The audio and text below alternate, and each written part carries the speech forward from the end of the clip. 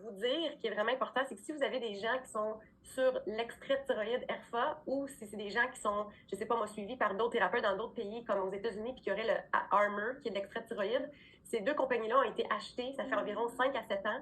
Ils ont changé les excipients et ça fait en sorte que la personne n'absorbe plus bien la T4 et se ramasse avec une absorption plus de la T3. Fait que ces gens-là, des fois, c'est sournois, ça prend du temps parce qu'il y a comme un déséquilibre qui s'installe. Des fois, ça peut prendre du temps avant que la personne ait des symptômes ou son corps va fluctuer. Fait qu'il y a des gens, des fois, qui vont aller mieux sur l'ERFA ou l'extrait de thyroïde parce que au début du processus, quand la thyroïde fonctionne encore, mais qu'il y a une hypothyroïdie ou est-ce qu'il y a une fonction partielle de la thyroïde, souvent les gens, ou s'ils sont stressés ou qu'ils manquent de cofacteurs, au début, c'est la T3 qui ont besoin. Fait que des fois, pendant des années, les gens avec l'extrait de thyroïde, ils vont se sentir vraiment bien, ils vont péter le feu en bon québécois. Mais ça peut être sournois sur 5, 7 ans, 10 ans. Du jour au lendemain, la personne ne se sentira plus bien. Elle va avoir de la fatigue, elle va peut-être avoir de l'anxiété, elle va peut-être avoir une prise de poids, elle va peut-être avoir tous les symptômes d'hypothyroïdie qui vont rembarquer. Puis là, qu'est-ce qui va arriver? C'est qu'au niveau des analyses sanguines, des fois, la TSH va monter, la T4 va être basse, puis là, des fois, la T3 n'est pas vérifiée. Puis là, ils vont se faire augmenter leur dose. Puis là, ces gens-là, le problème, c'est qu'ils vont pas mieux. Puis là, le plus qu'ils vont augmenter la dose, mais ils absorbent pas bien la T4 parce que c'est un excipient qui bloque dans l'extrait. Ils vont se ramasser avec beaucoup de trop de T3. Mais finalement, s'ils ont augmenté leur capacité de produire leur T3 avec tous les beaux suppléments puis les nutriments que vous avez donnés puis la gestion de stress, cette personne-là, c'est pas de la T3 qu'elle a besoin de plus, c'est de la T4.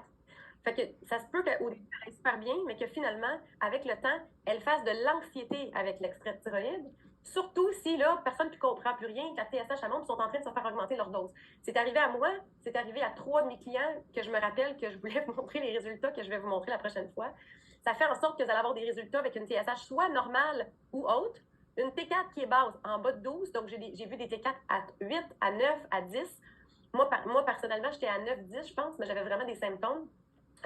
Puis c'est ça, donc le problème, c'est qu'en augmentant la dose, ça l'aide pas la T4 parce que souvent elle est mal absorbée dans ce produit-là. Il se ramasse en anxiété avec trop de T3, donc des palpitations, de la misère à dormir. Juste pour vous donner une idée, là, je veux dire, moi, je suis quand même épicurienne et j'aime le vin, mais là, j'étais rendue que j'avais le goût de boire du vin à chaque jour, tellement que ça m'allait pas. Fait là, on dirait qu'on va se dire les vraies choses, là. Je veux dire, oui, j'aime le vin, mais je fais attention, je suis quand même naturopathe, puis je practice what I preach, comme on dit en anglais. Fait que j'étais vraiment rendue que je me disais, OK, c'est impossible, il y a quelque chose qui se passe dans mon corps. Je ne comprenais pas, j'avais jamais fait de l'anxiété de ma vie, j'étais stressée. Je veux dire, j'ai du stress, je suis une go-getter, je fais plein de choses en même temps. Donc oui, j'ai un tempérament plus nerveux, mais de faire de l'anxiété, ça m'était jamais arrivé. Et donc, ça a été quand même un petit moment, avant que je m'en rende compte. Et pendant ce temps-là, mon médecin, il augmentait ma dose. Puis j'ai eu la chance de parler avec une médecin qui travaille au Dutch Test, au Dutch Lab. Et elle avait eu des cas comme moi. Puis elle m'a expliqué que c'était courant, mais pas assez connu, que les gens n'absorbaient plus la T4. Puis c'est là que c'est vraiment important de savoir, parce qu'il y a des gens, des fois, qui pensent que ça prend juste de la T3 ou que c'est juste la T3 qui est importante, mais c'est vraiment faux. La T4, elle a vraiment un rôle, puis probablement la T4, elle est plus stable dans votre corps, donc vous pouvez prendre la synthroïde à n'importe quelle heure, tandis que la T3, vous pouvez pas prendre ça à n'importe quelle heure. Puis il y a un impact quand même au niveau du cerveau avec la T4. Donc c'est vraiment important, puis je voulais vous le dire, parce que des fois, les gens, le médecin comprend plus, mais on comprend pas nous non plus si on n'a pas cette information-là.